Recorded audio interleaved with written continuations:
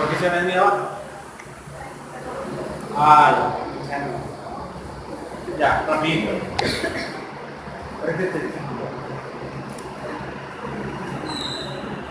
La realidad es de los dos.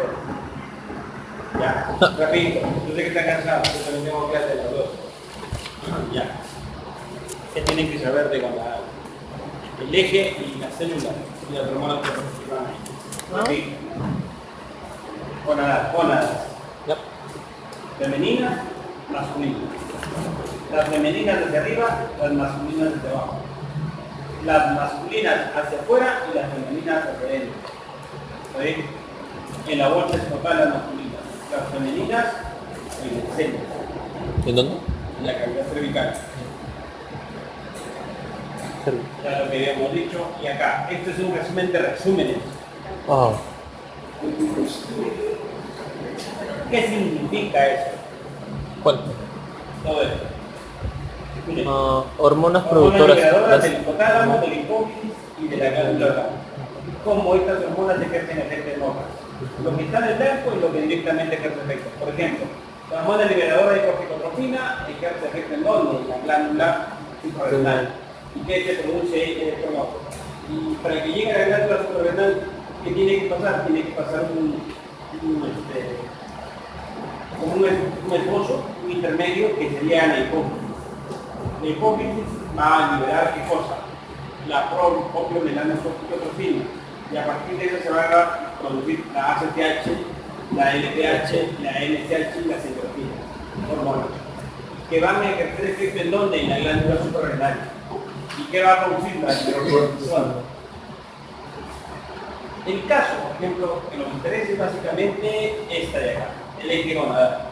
Hormona liberadora de gonadotrofinas, u hormona inhibidora de la hormona de crecimiento, u hormona inhibidora de la hormona del folículo testicular. Dos hormonas se producen ahí. ¿Dónde? En el hipófisis, LH y LCH. Finalmente, ¿qué van a liberar estas? Van a liberar andrógenos, estrógenos y progestanos. La condición de FSH también viene a ser regulada por quién? Por la somatostatina. La somatostatina puede regular la FSH, pero no puede regular la LH, solamente la FSH. Lo demás ya se puede hacer. Los ejes que ya dijimos, hipotálamo, hipófisis, anterior, posterior, glándula, célula blanca. Las hormonas que están en las gónadas son esteroides. Los esteroides son un grupo de hormonas que pertenecen al grupo de los estrógenos. Los esteroides se van a producir como derivados del colesterol. Por lo tanto, si son derivados del colesterol, ¿qué grupo de hormonas son? ¿Hidro o lipo?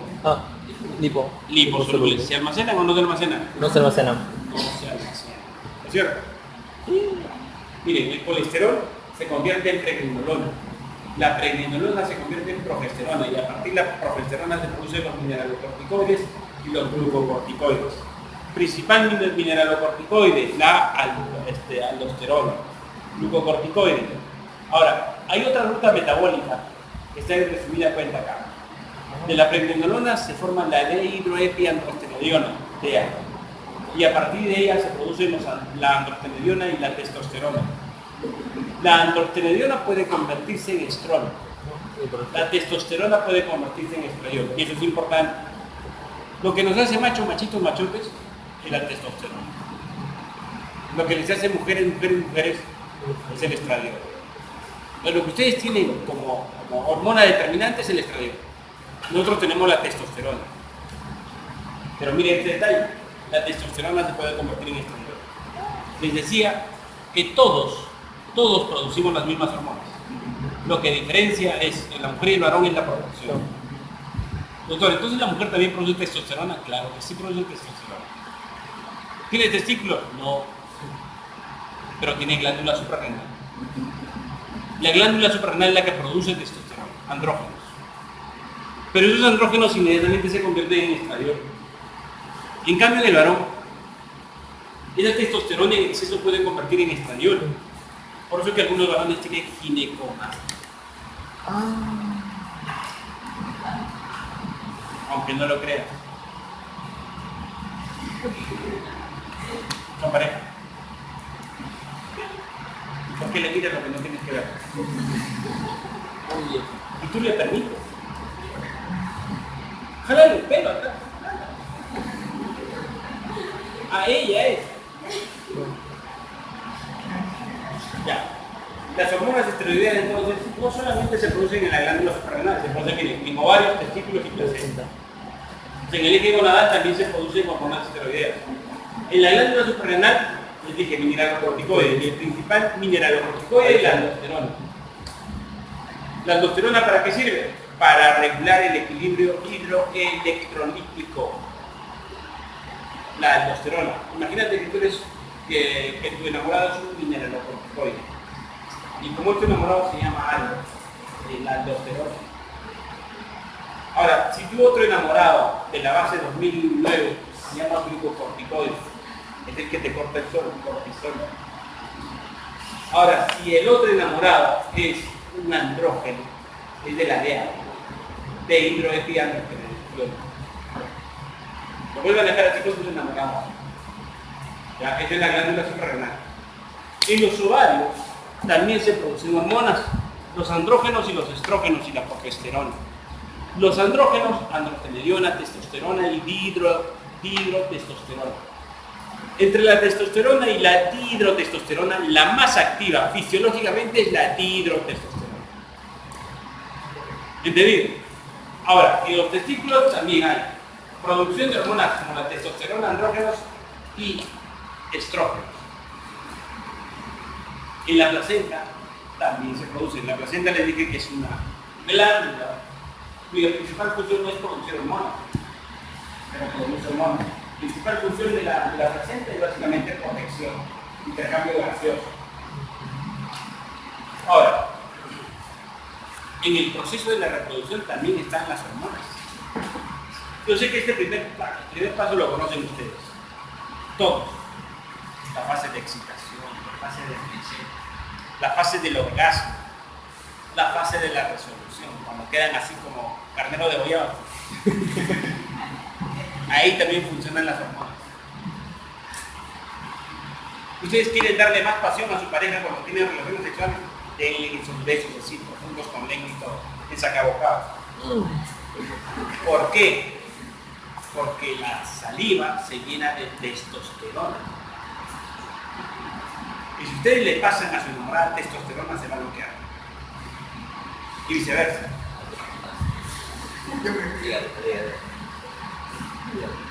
Ya eso ya no les voy a explicar porque ustedes ya lo saben más que yo. En la fertilización también participan estas hormonas. Por ejemplo, en el influjo estrogénico en los óvulos está elevado durante la ovulación. En los espermatozoides, ¿qué hacen? Facilitan el ingreso de aproximadamente 10% de espermatozoides hacia el útero. ¿Usted se imagina en cada eyaculación cuántos espermatozoides hay? Millones. ¿Cuántos? ¿Cuántos? A ver, tú que lo estás contando uno por uno.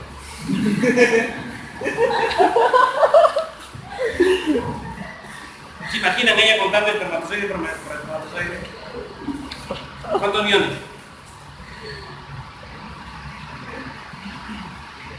20. Ya, tarea para la carta, chicos. Cuenten el número de espermatozoides y eyaculación. Más o menos 20. igual, sí.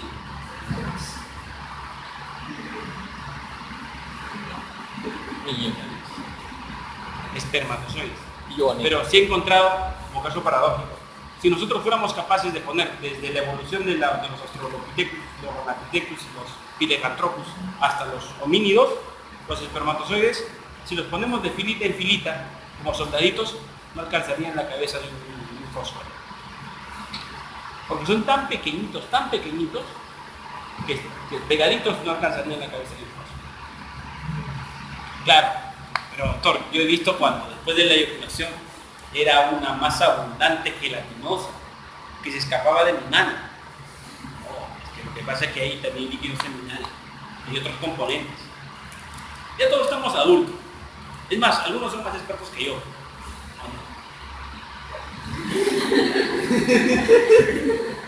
Ya.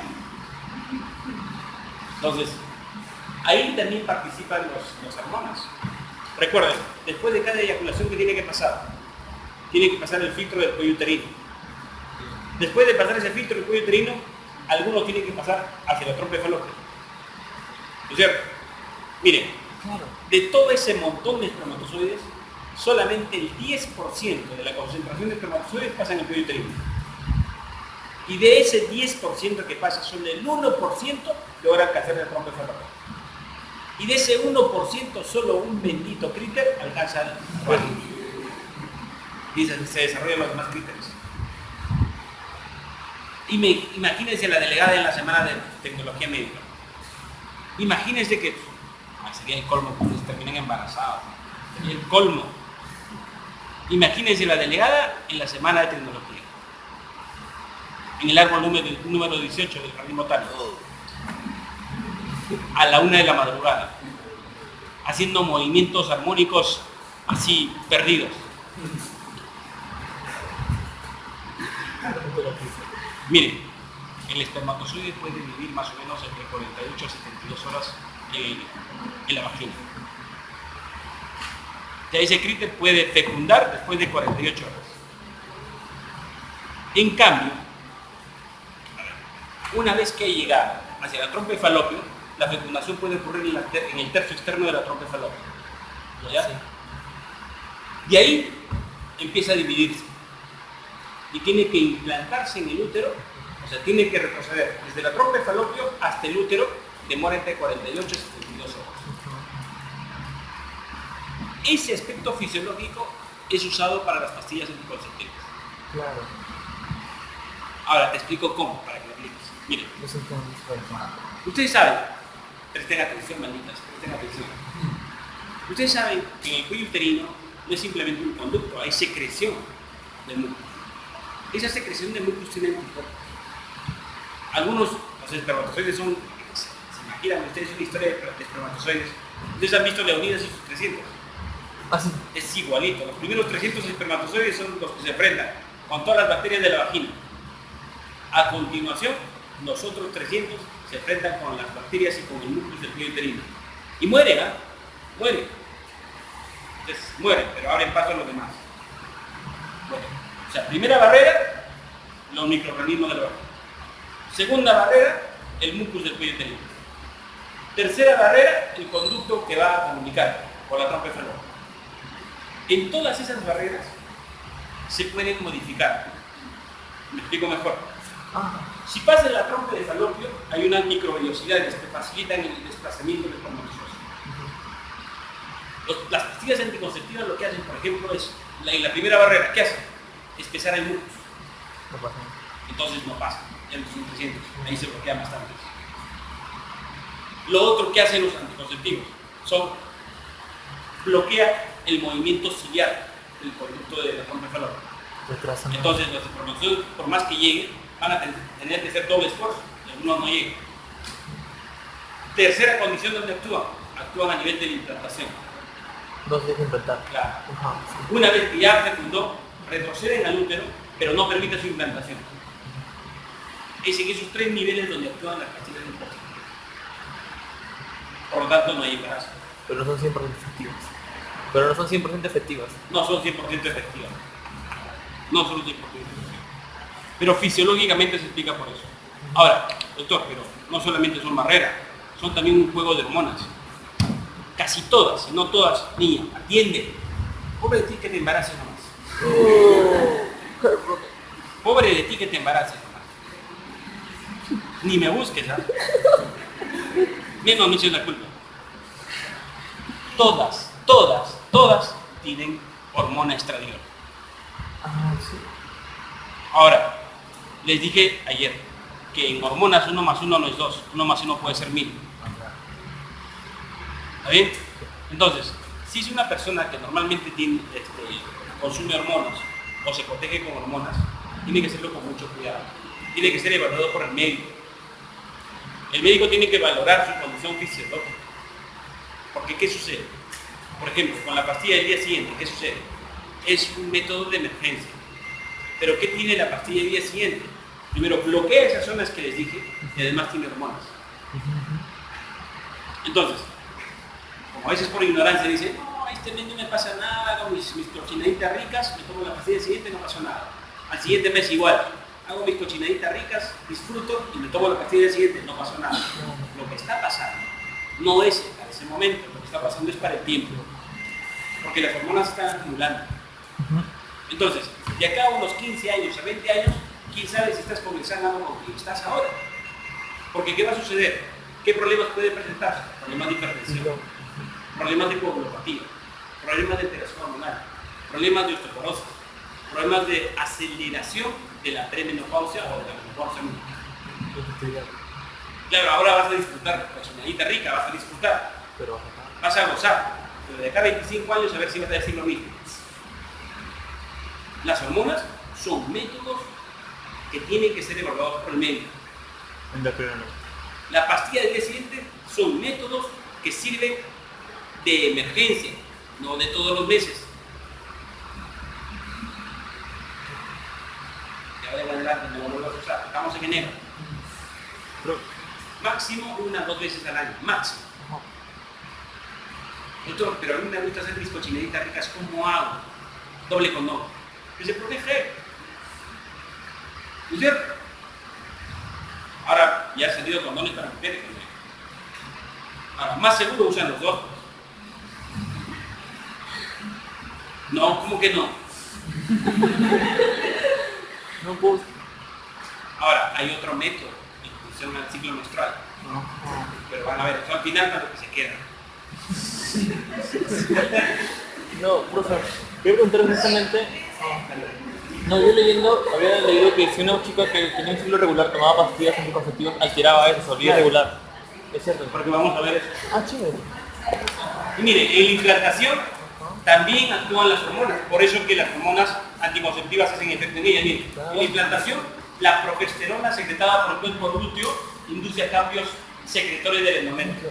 Además, el influjo estrogénico potencia el transporte del embrión hasta el útero, lo que les dije, las microvellosidades. Además, induce la proliferación endometrial. Para que exista implantación, el endometrio del útero tiene que estar en la condición adecuada. El endometrio tiene que estar en condiciones hormonales adecuadas para que se pueda implantar ahí y formarse lo que es las lacunas. Las lacunas van a ser casi como charcos de sangre que no son sino intercambio gaseoso entre lo que se está formando y la madre, que posteriormente se va a constituir en lo que es la placenta. Esas zonas lacunares se forman solamente cuando hay influjo hormonal. Si eso no está presente, por más que el producto llegue al útero, no se va a implantar. Y eso bloquea las pastillas anticonceptivas. El eje masculino, el eje normal, y esto sí cumple con el eje que dijimos: hipotálamo, glándula, hipófisis, glándula periférica. Dos células especiales, células de Leydig y células de Sertoli. En cambio, en las mujeres, ¿cuáles eran? Células de la teca y células de la granulosa. En el varón, células de Leydig y células de Sertoli. También hay células mioideales, mioideas. Estas células, al parecer, van a regular la actividad de Sertoli a partir de la estimulación de las células de Leydig. Miren, las células de Leydig generalmente son activadas por la LH, L con L, la mnemotecnia L con L. ¿Sí? LH a Leydig, mientras que FSH a las células de Sertoli, S con S. Pero lo que produce las células de Sertoli ejerce efecto sobre las células de Leydig. ¿Entendido? Lo que produce las células de Sertoli ejerce efecto sobre la Leydig. Ahora, ¿qué es eso lo que produce? Miren, estas son las células de Leydig. En presencia de colesterol, las células de Leydig producen testosterona. Esta testosterona hace un efecto hacia las células de Sertoli. Pero esa estimulación tiene que ir simultáneamente con la FSH. Recuerden que las células de Sertoli son las que producen los espermatozoides. Y las células de Leydig producen la testosterona. Mnemotecnia. La S imita la cola del espermatozoide. S con S. FSH con Sertoli. S significa la cola del espermatozoide. O sea, en las células de Sertoli se producen espermatozoides. En cambio, en la de Leydig, al revés, la L lo volteo y se convierte en T. Entonces es testosterona. ¿Entendido? Así no se van a olvidar. ¿Está bien? ¿Me entendiste?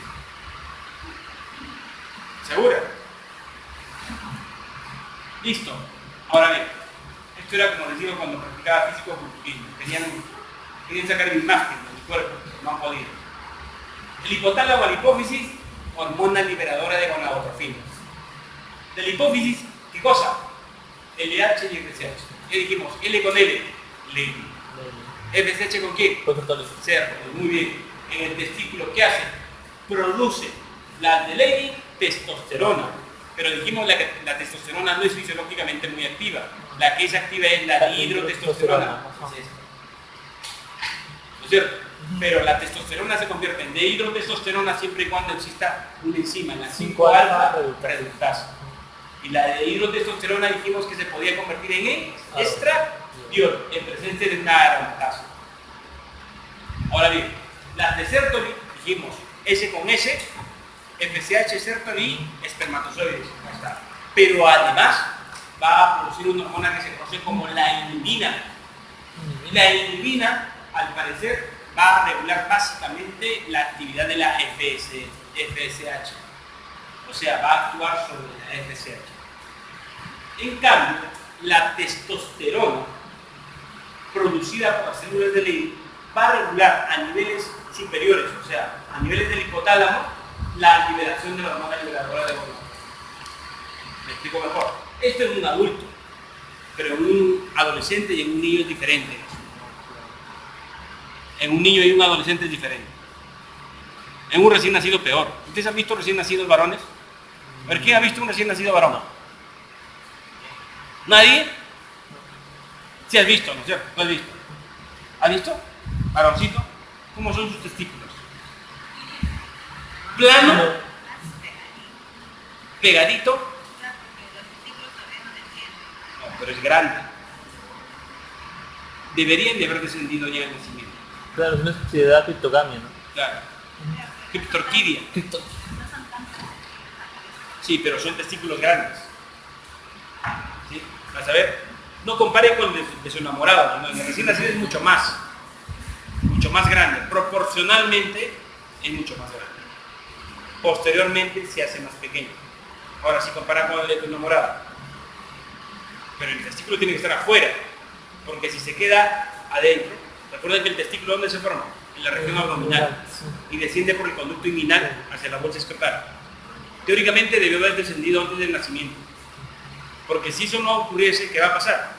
Cáncer testicular. ¿Está bien? Los varones también se van a perder el método anticonceptivo que estoy diciendo. Si ustedes dos se embarazan, ya van a saber por qué, no estoy en clase. También tú. ¿Y tu copia ya le diste?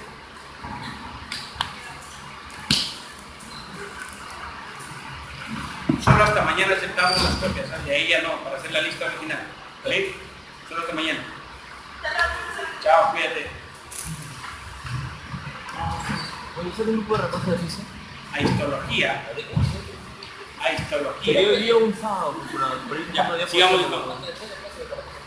No, sí, bacán. Los andrógenos, ¿cómo actúan? Básicamente a nivel del patrón lipídico. En la conversión de la 17 beta estradiol. Acción vasoreguladora directa, básicamente por efectos sobre canales de potasio. Acción sobre la trombogénesis y efectos sobre el sexo específico. Lo que habíamos dicho, ¿no? La testosterona básicamente interactúa en el núcleo celular para las consecuentes interacciones y desarrollo de la masa muscular. Hay una correlación directa en el desarrollo de los genitales externos en el varón con el desarrollo de la masa corporal. Sí, hay una relación directa, producto de la secreción de la testosterona en grandes cantidades. Los efectos biológicos de los andrógenos, ¿cuáles son? En el aparato reproductivo, o sea, diferenciación y desarrollo de estructuras wolfianas. Claro, ¿se acuerdan del conducto de Müller y el conducto de Wolf? El desarrollo del conducto de Müller, ¿qué hace? Es para mujeres y igual que hombres. Claro. Müller M de mujeres, Wolf de varones. Al revés, ¿no es cierto? Desarrollo de conductos wolfianos. Iniciación y mantenimiento del espermatogénesis. desarrollo y mantenimiento de la próstata, del epidídimo y vesículas seminales, estímulo de la libido y erecciones espontáneas.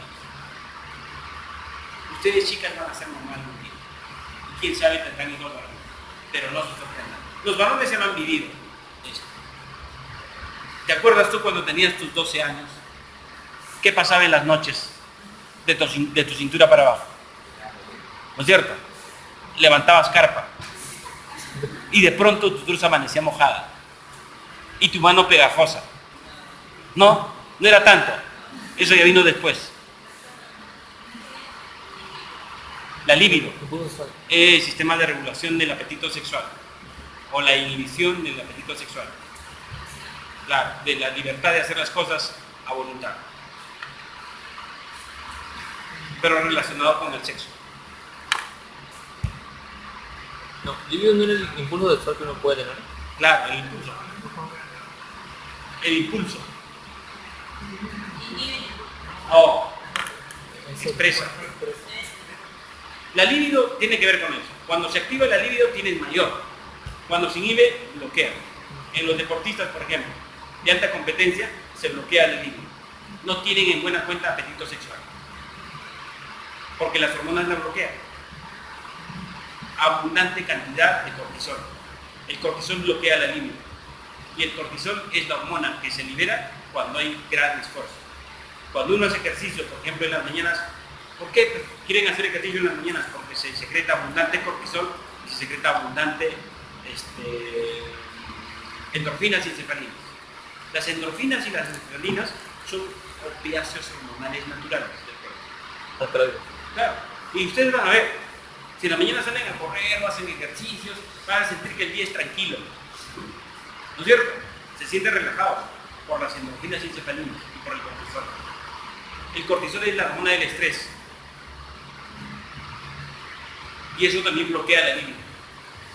Entonces, deportistas de alta competencia, mujeres sobre todo, ¿no han visto esas mujeres? Son mujeres 90, 60, 90. No. Esas mujeres o son delgadas o tienen masa muscular, pero no han desarrollado glándulas mamarias, no han desarrollado caderas. Muy pocas son las que desarrollan caderas, salvo en función a la raza. Pero deportistas de alta competencia son delgadas, con masa de glándula mamaria disminuida. ¿Sí? Así son las de alta competencia, porque se bloquea ese impulso hormonal. ¿Sí? Entonces, regulación de la liberación basal y dinámica de la hormona liberadora de gonadotrofinas hormona liberadora y gonadotrofinas. A ver, me explico mejor. En el caso de hormonas, la mujer es más compleja que el varón. ¿Por qué? El estradiol o los estrógenos juegan un papel inhibitorio para la regulación de la hormona liberadora de gonadotrofinas a nivel de hipotálamo. Antes de la pubertad es un efecto inhibitorio. Después de la menarquia, o sea, después de la primera menstruación, ese efecto inhibitorio se invierte. Entonces, el estradiol ya no es inhibitorio, sino es estimulatorio. ¿De quién? De la LH y de la FSH. Por eso que cuando ya se regula su ciclo menstrual, el estradiol sirve como estímulo para que LH y FSH se levanten como pico. Y el levantarse como pico máximo de LH determina la ovulación. Y en un segundo momento el estradiol sirve como mecanismo inhibitorio. Eso ya cuando se hace la menstruación. Otra cosa más. Antes de la pubertad, en la mujer, los pulsos de secreción de la hormona liberadora de gonadotrofinas son pulsos erráticos. Después de la primera menstruación o en la adolescencia, esos pulsos se hacen armónicos, de 90 a 60 minutos. Y esos pulsos se hacen armónicos con el ciclo menstrual. O sea, cada 90 a 60 minutos se regula la secreción de la hormona liberadora de gonadotrofinas. Pero esa regulación también tiene que ir a la par con el ciclo menstrual. Es mucho más complejo. En el varón no. En el varón no. Es por eso que la mujer tiene años antes una maduración o una madurez hormonal que la del varón. Y eso se refleja en la actividad. Ustedes ponen dos niñitos de la misma edad, uno varón y una mujer, a los 9 años, ¿quién es más maduro que el otro? La mujer. Y en el tiempo se invierte, ¿no es cierto? ¿O no? Sí. Se madura. Es por el influjo hormonal. A los 13 años, ¿quién ha desarrollado más? ¿El varón o la mujer? La mujer. La mujer, Sí. por influjo hormonal. Pero después, pasados los 16 años, el varón empieza a desarrollar a grandes pasos. Y la mujer ahí se queda. Otra cosa más. Cuando la mujer ha tenido un inicio de esa regulación hormonal más temprana, la probabilidad de que tenga una patología futuro de una osteoporosis es mayor. Por influjo hormonal. Aunque no lo crean. Efectos no reproductivos. Casi en todo. La testosterona casi en todo. La testosterona es el representante de los andrógenos. En el sistema nervioso, en la piel, en la hematopoiesis en la sangre, en el riñón, a nivel metabólico, en el metabolismo de lípidos, en la sensibilidad de la insulina, en el hueso. Les he hablado bastante de esto por resumir, en el hueso. En los condriocitos y en los osteoblastos y en los osteoclastos. ¿Se acuerdan o no? Los histólogos se acuerdan, ¿no? A nivel hepático, a nivel de la composición corporal, en el músculo, en el tejido graso. Por eso que ayer les hice ver mi foto cuando hacía físico-culturismo. ¿Se acuerdan? Ahí está, mi foto de físico-culturismo. Cuando practicaba físico-culturismo. En todos los niveles.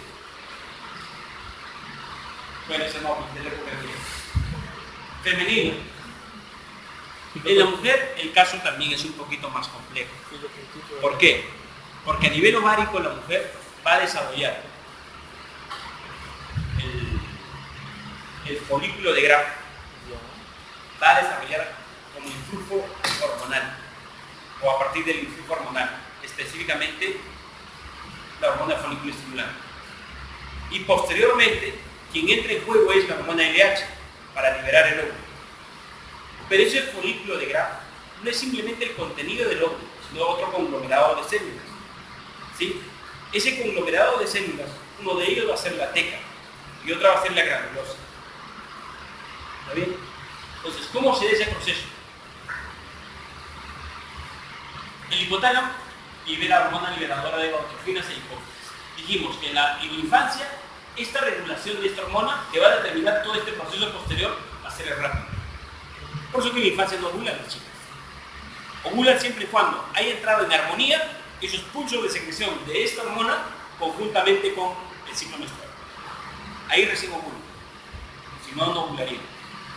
Entonces, la hormona liberadora hace efecto sobre la adenohipófisis para liberar el LH y el FSH. Finalmente, quien determina que se libere el óvulo va a ser la LH. Pero ¿qué pasa? También entra en juego la progesterona, que va a determinar todo este proceso del desarrollo ovárico. Etapas del ciclo menstrual. 3 etapas importantes: la folicular, la secretora y la menstrual. 3 etapas. Folicular o proliferativa, secretora o luteínica, fase menstrual o isquémica. La fase proliferativa, ¿qué cosa tiene? Básicamente inicia al terminar